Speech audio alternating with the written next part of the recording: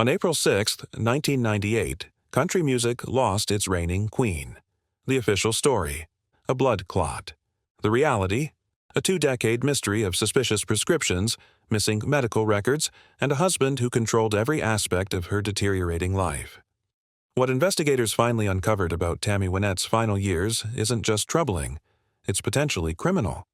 The pattern of exploitation that emerges from previously sealed documents reveals a woman who wasn't just fighting illness, but fighting for her autonomy against those who were supposed to protect her.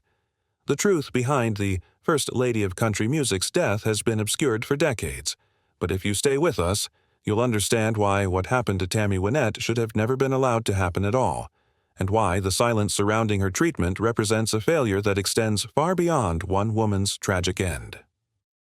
The Tammy Wynette mystery finally solved and isn't good. She was the voice behind "Stand By Your Man," a song that defined an era of country music and turned a Mississippi hairdresser into a global superstar. With her platinum blonde hair and piercing vulnerability, Tammy Wynette became more than just a singer. She became an American icon. Her rags-to-riches story resonated with millions, a cotton-picking farm girl who escaped poverty through raw talent and determination. By the time of her death at age 55, she had sold over 30 million records, earned countless awards, and secured her place in music history. But beneath the sequins and standing ovations lay a life marked by physical pain, emotional turmoil, and relationships that would ultimately contribute to her untimely end. Her voice, that unmistakable emotion-laden instrument, could express heartbreak with such authenticity that it would leave hardened men in tears. "She sounds like she's lived every word she sings," producer Billy Sherrill once remarked.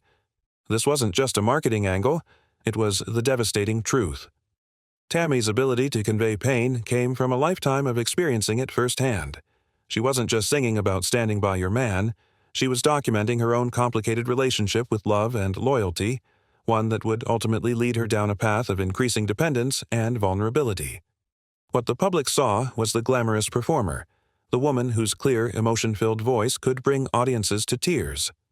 What they didn't see was the fragile human being suffering through more than 30 surgeries, debilitating health problems, and a parade of physicians willing to prescribe whatever would keep the show going. For Tammy, the show always had to go on, even when her body was begging for rest. You could smell her signature perfume as she walked off stage, often directly to a waiting hospital bed set up in her tour bus. The contrast between the beaming performer and the suffering woman moments later was stark enough to disturb even her closest staff members. A former band member who toured with Tammy in the 1980s described a particularly harrowing scene after a show in Dallas. She came off stage to thunderous applause, smiled and waved, then collapsed the moment she was out of sight. Within minutes, she was hooked up to an IV in the back of the bus, barely conscious. 2 hours later, we were in the next city and she somehow found the strength to perform again. It was like watching someone being drained of their life force for entertainment. This cycle, perform, collapse, medicate, repeat, became the rhythm of Tammy's existence for much of her later career. And while audiences witnessed the polished performance, only those in her inner circle saw the toll it was taking, and fewer still questioned whether this punishing schedule was truly necessary or who was benefiting from pushing her beyond her physical limits. Virginia Wynette Pugh was born on a cotton farm in Itawamba County, Mississippi, in 1942. Her father, a musician, died when she was just 9 months old, leaving her to be raised by her mother and grandparents. From an early age, Tammy knew hardship, picking cotton from dawn until dusk, learning to play her father's instruments, dreaming of a different life. By 17, she had married her first husband, Upal Bird, hoping to escape the cotton fields. Instead, she found herself abandoned with 3 young daughters, working as a hairdresser by day and performing in local clubs by night. Those early struggles would forge the authenticity that later defined her music, but they also established a pattern of depending on men who would ultimately fail her. The path from beauty shop to stardom wasn't overnight. In 1965, desperate to support her children, Tammy made a bold decision. She packed her daughters into her car and drove to Nashville, determined to break into the music business. She faced countless rejections, sleeping in her car some nights before producer Billy Sherrill finally recognized the raw emotion in her voice. "She sounded like a woman who had lived every word she was singing," Sherrill later recalled. He signed her to Epic Records in 1966, and suggested she change her name from Virginia Wynette Pugh to the more memorable Tammy Wynette. Her first single, Apartment Number 9, revealed the emotional vulnerability that would become her trademark, but it was DIVORCE and Stand By Your Man that catapulted her to stardom. By 1968, Tammy Wynette was no longer a struggling hairdresser, she was country music royalty. This meteoric rise came with a price.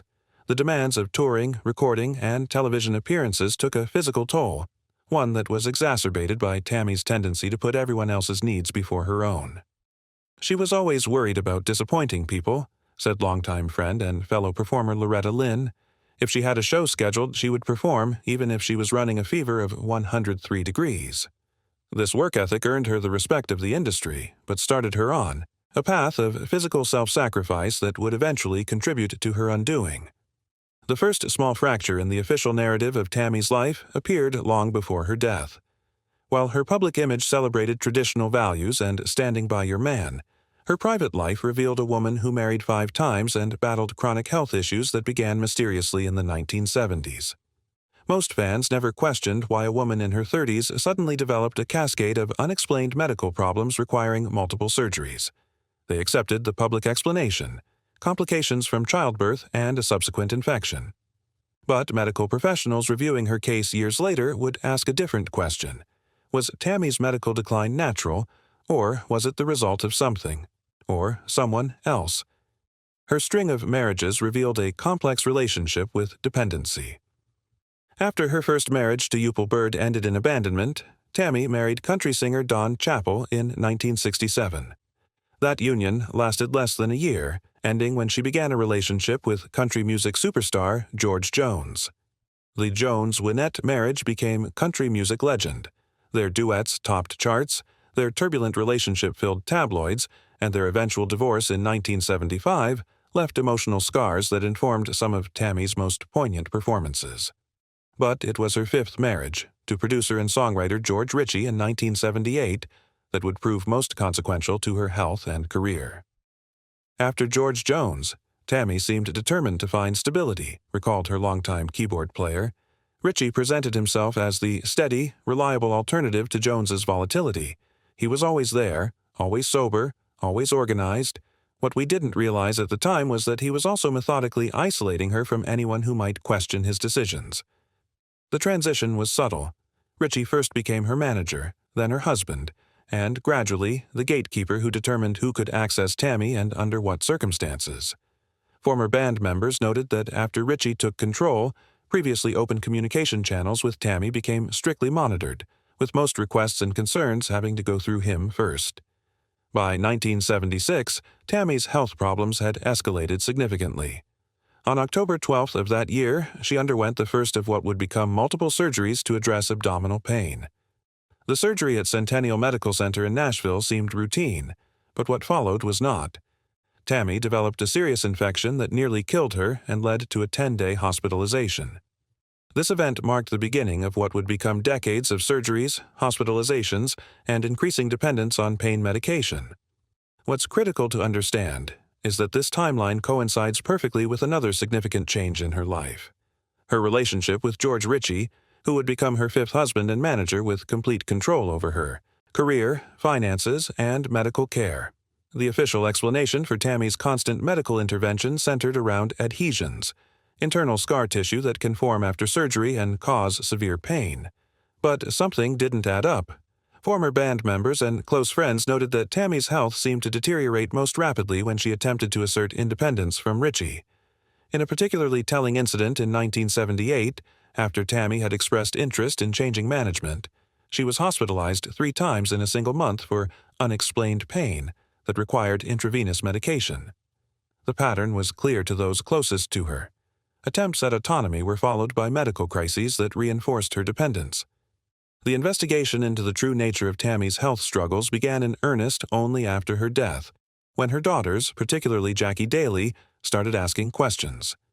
What they discovered was disturbing: medical records missing or incomplete, prescriptions written by multiple doctors, some of whom never personally examined Tammy, and a pattern of hospital visits that coincided with career decisions that might have separated Tammy from Ritchie's control.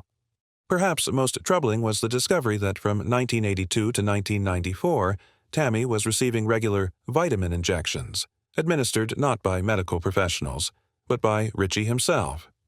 These injections, allegedly to boost her energy for performances, were never fully documented in her medical records. When we examine the evidence surrounding Tammy's medical history, the first pillar that emerges is the sheer volume of narcotics prescribed to her over decades. According to pharmacy records obtained by investigators after her death, Tammy had been prescribed enough Dilaudid, Demerol, and other powerful opioids to sedate an elephant. Between 1982 and 1998, she had been prescribed more than 11,000 pills, an amount that any responsible physician would recognize as dangerous and potentially fatal. Skeptics point out that Tammy's numerous surgeries and conditions like adhesions could justify significant pain management. But medical experts consulted by her daughters noted that the prescriptions went far beyond what would be considered appropriate care, even for someone with her medical history. The paper trail of prescriptions reveals another troubling pattern: doctor shopping. Records indicate that at certain points, Tammy was receiving prescriptions from up to 5 different physicians simultaneously, many of whom appeared unaware of the others. Dr. Robert Wilson, a pain management specialist who reviewed her records in 2012, stated, "What's most concerning is not just the quantity of medications, but the combination. She was prescribed medications that, when taken together, create a dangerous synergistic effect. This isn't just aggressive pain management, it's a recipe for respiratory depression and potential fatality." Perhaps most disturbing was the discovery that several prescriptions were written by physicians who, when later interviewed, had no recollection of treating Tammy directly. One Nashville doctor admitted writing prescriptions as a professional courtesy at Ritchie's request without conducting a proper examination. This practice, while not uncommon in celebrity circles of that era, represented a catastrophic breach of medical ethics that facilitated what amounted to legalized drug trafficking under the guise of medical care.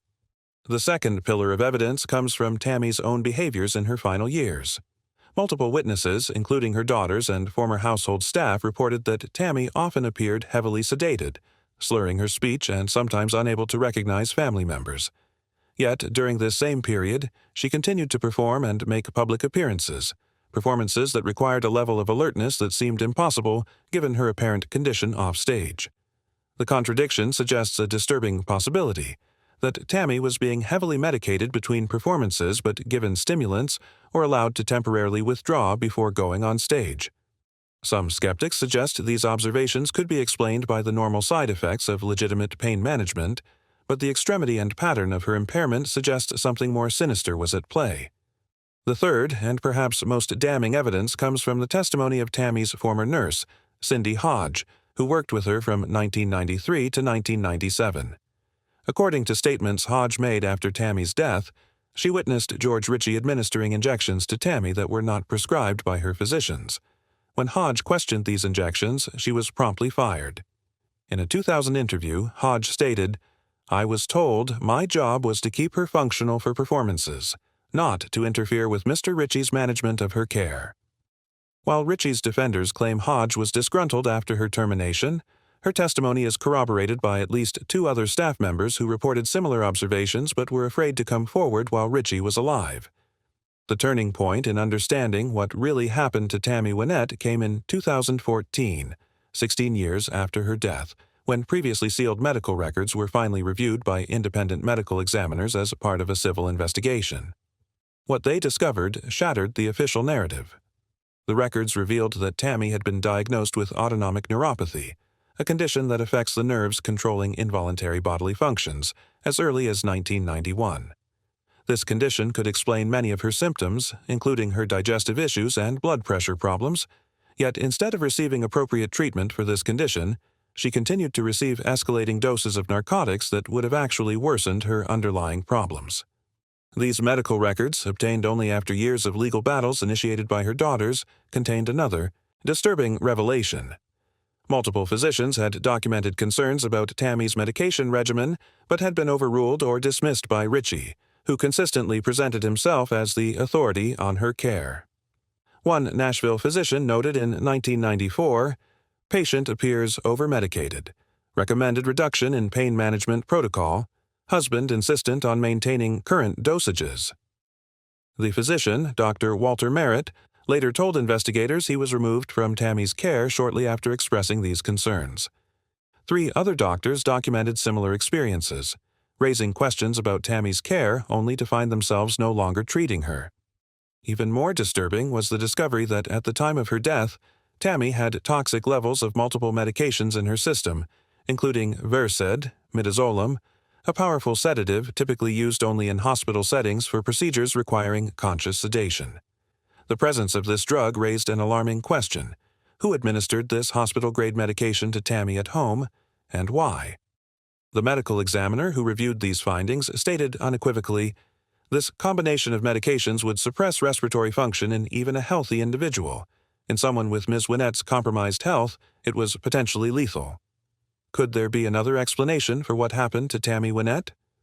The most compelling alternative theory is that Tammy was simply a victim of inadequate medical care and her own addiction, not deliberate overmedication by those controlling her life. According to this theory, Tammy became dependent on pain medication after legitimate surgeries and sought out multiple doctors to maintain her access to these drugs. Her continued performing despite her health issues was her own choice, driven by financial needs and her legendary work ethic. This theory has some merit. Tammy did grow up in poverty and often expressed fears of returning to it. She was known for performing through illness and injury, canceling fewer than 20 shows in a 30-year career. And prescription drug dependence was poorly understood and inadequately treated in the 1980s and 1990s, especially for chronic pain patients. Many celebrities of that era received substandard care that enabled addiction rather than addressing it. Several industry colleagues have come forward to defend Ritchie, suggesting that he was doing his best to manage an impossible situation. "George was always trying to find doctors who could help Tammy," said a former label executive who worked closely with the couple. "He was desperate to find solutions for her pain, and if that meant going to multiple specialists, that's what he did." This perspective frames Ritchie not as an exploiter, but as a caretaker, overwhelmed by the complexity of Tammy's medical needs and the pressures of maintaining her career. The alternative theory also points to Tammy's own agency. She was, by all accounts, a strong-willed woman who had overcome tremendous obstacles to achieve success.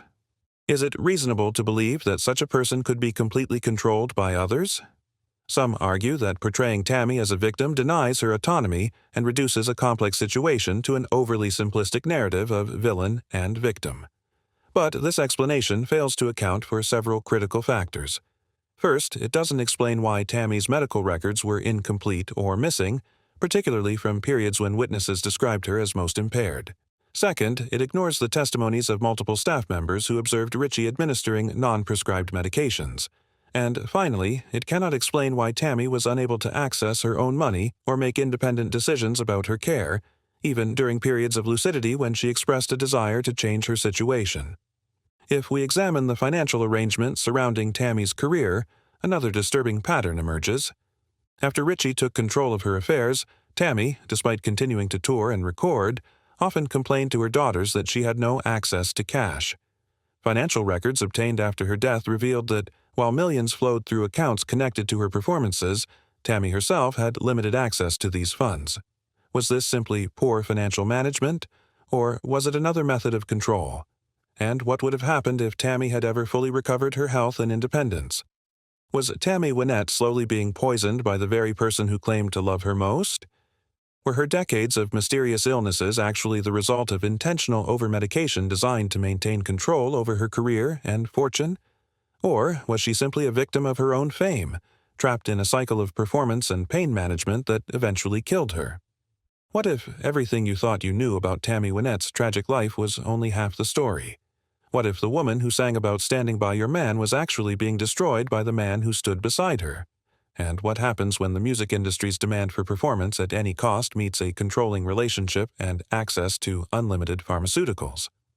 The truth about Tammy Wynette's final years and death is far darker than her fans ever imagined. Based on the evidence compiled by investigators, medical experts, and testimony from those closest to her, a disturbing conclusion emerges. Tammy Wynette was likely the victim of long-term overmedication that was at best negligent and at worst intentional.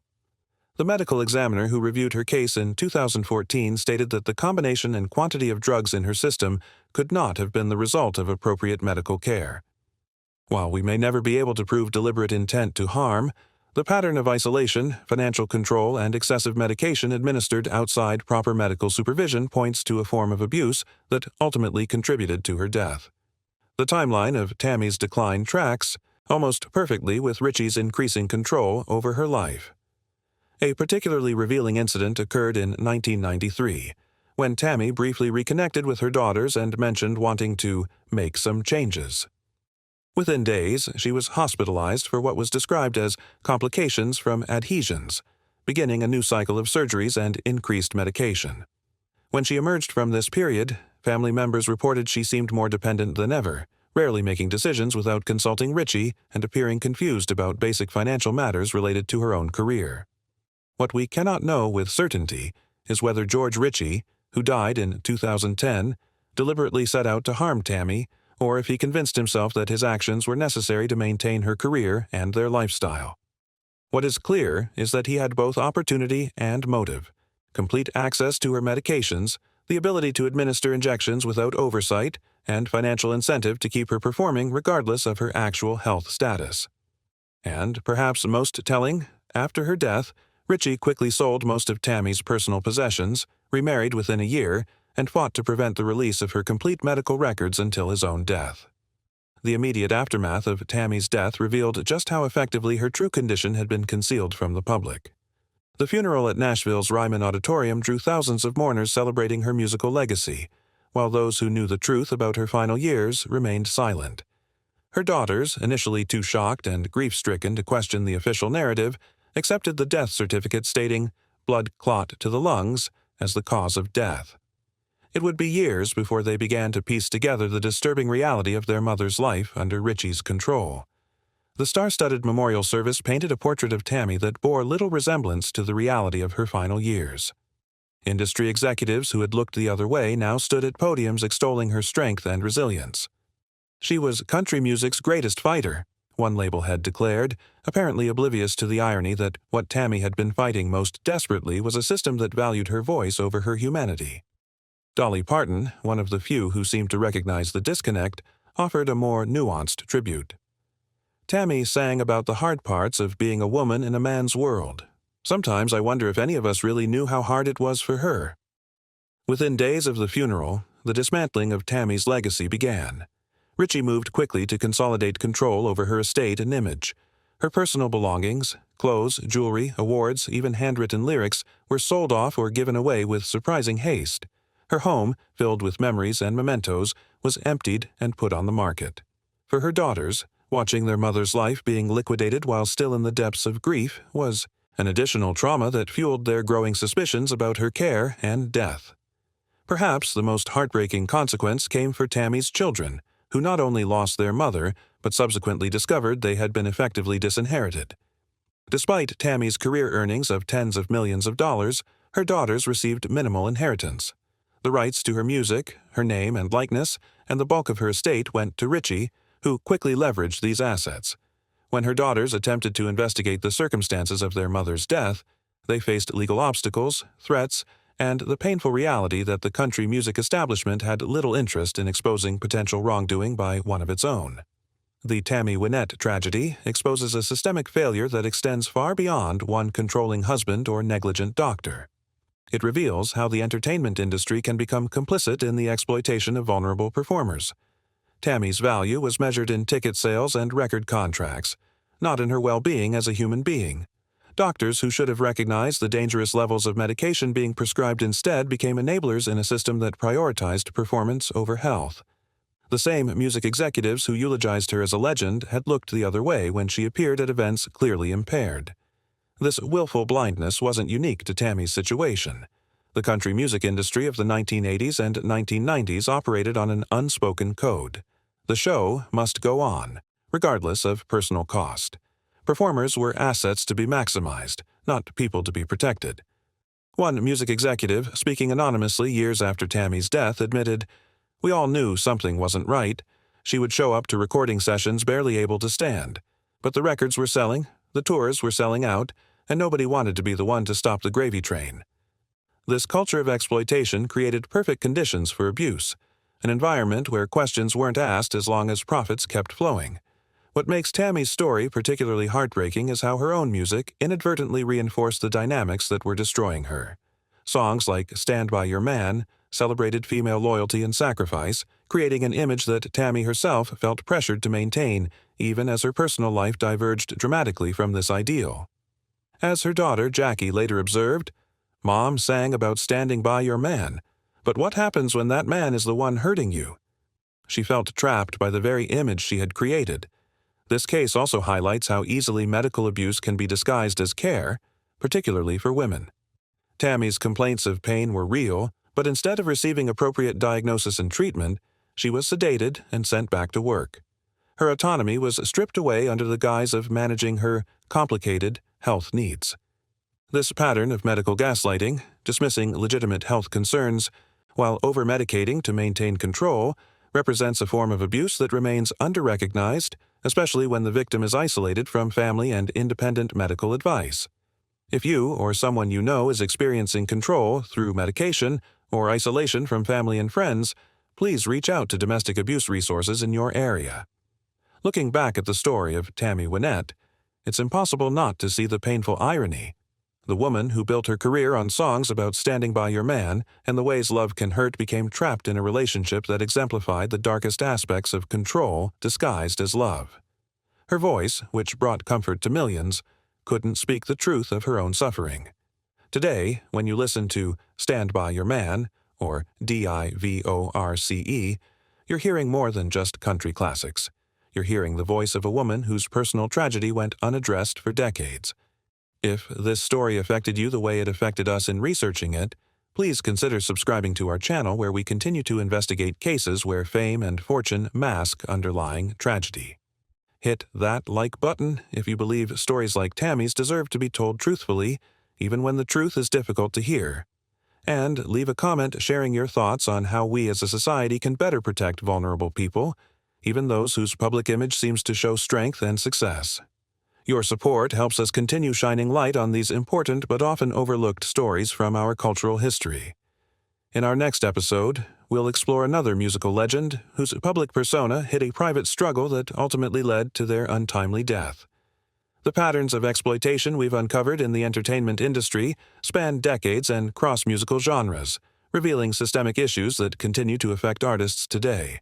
By understanding these historical cases, perhaps we can begin to recognize and prevent similar situations in the present. Thank you for joining us on this journey to uncover the truth behind the music we love.